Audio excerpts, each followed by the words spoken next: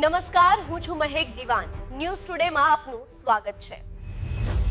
નમસ્કાર દર્શક મિત્રો. તો સમાચાર આવી રહ્યા છે અંકલેશ્વરથી.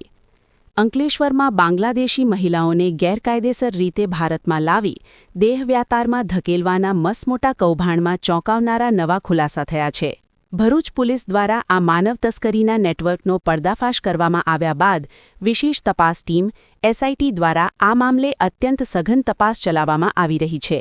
અંકલેશ્વરમાં શરૂઆતી દરોડા દરમિયાન પોલીસે નરકાગારમાં ફસાયેલી 12 બાંગ્લાદેશી મહિલાઓને મુક્ત કરાવી હતી, જેમને સુરક્ષિત સ્થળે ખસેડીને હાલમાં તેમની કાઉન્સેલિંગ અને કાનૂની પ્રક્રિયા હાથ ધરવામાં આવી છે.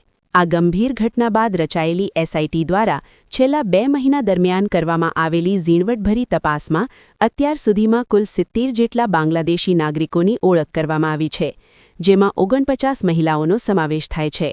તપાસમાં બહાર આવેલી વિગતો મુજબ આ તમામ શખ્સો કોઈપણ કાયદેસરના દસ્તાવેજો વિના ભારતીય સરહદમાં ઘૂસણખોરી કરીને પ્રવેશ્યા હતા અને તેમાંથી કેટલાક સંગઠિત માનવ તસ્કરી તેમજ અન્ય ગંભીર ગુનાહિત પ્રવૃત્તિઓમાં સક્રિય રીતે સંડોવાયેલા હતા. એસઆઈટીના વડા અને અંકલેશ્વર ડીવાયએસપી કુશલ ઓઝાએ આ અંગે માહિતી આપતા જણાવ્યું હતું કે આ આખા કૌભાંડના મૂળ સુધી પહોંચવા અને માનવ તસ્કરીના આ જાળને સંપૂર્ણપણે નાબૂદ કરવા માટે પોલીસ દ્વારા હજુ પણ વધુ દરોડા અને પૂછપરછનો દોર ચાલુ રાખવામાં આવ્યો છે અને તમામ આરોપીઓ સામે કાયદેસરની કડક કાર્યવાહી શરૂ કરી દેવામાં આવી છે. રિપોર્ટર જાવોદ મલેક, ભરૂચ.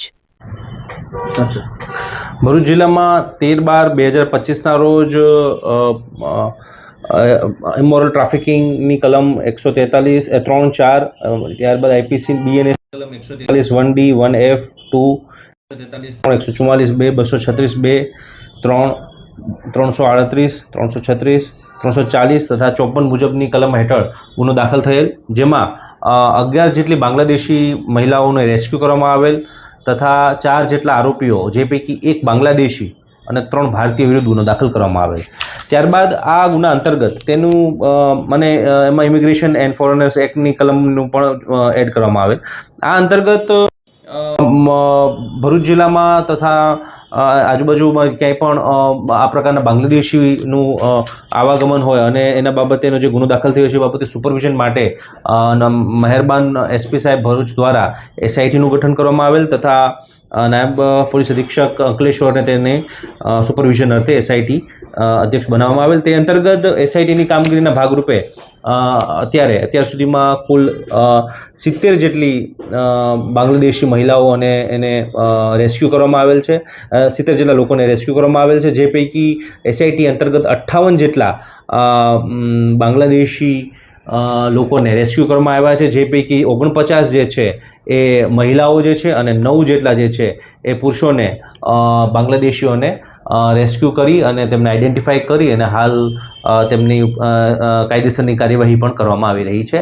આમ ભરૂચ જિલ્લામાં બાંગ્લાદેશીઓ જે ગેરકાનૂની રીતે ભારતમાં વસવાટ કરે છે અને ગેરકાનૂની પ્રવૃત્તિ કરી રહ્યા છે અથવા કરી શકવાની સંભાવના છે, તેને આઈડેન્ટિફાઈ કરી તેમને રાઉન્ડઅપ કરવાની તથા તે અન્વયેની એમને ડિપોર્ટ કરવા માટેની રેસ્ક્યુ કરવાની કામગીરીમાં ભરૂચ પોલીસને ખૂબ મોટી સફળતા હાંસલ મળી છે.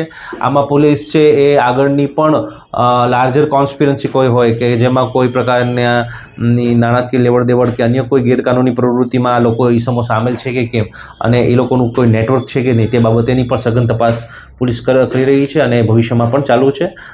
કેટલાક આરોપીઓ આમાં નાસ્તા ફરતા પણ છે, જેને પણ આગળ પોલીસ છે એ પકડવાની કોશિશ કરી રહી છે અને એ બાબતની તપાસ ચાલુ છે.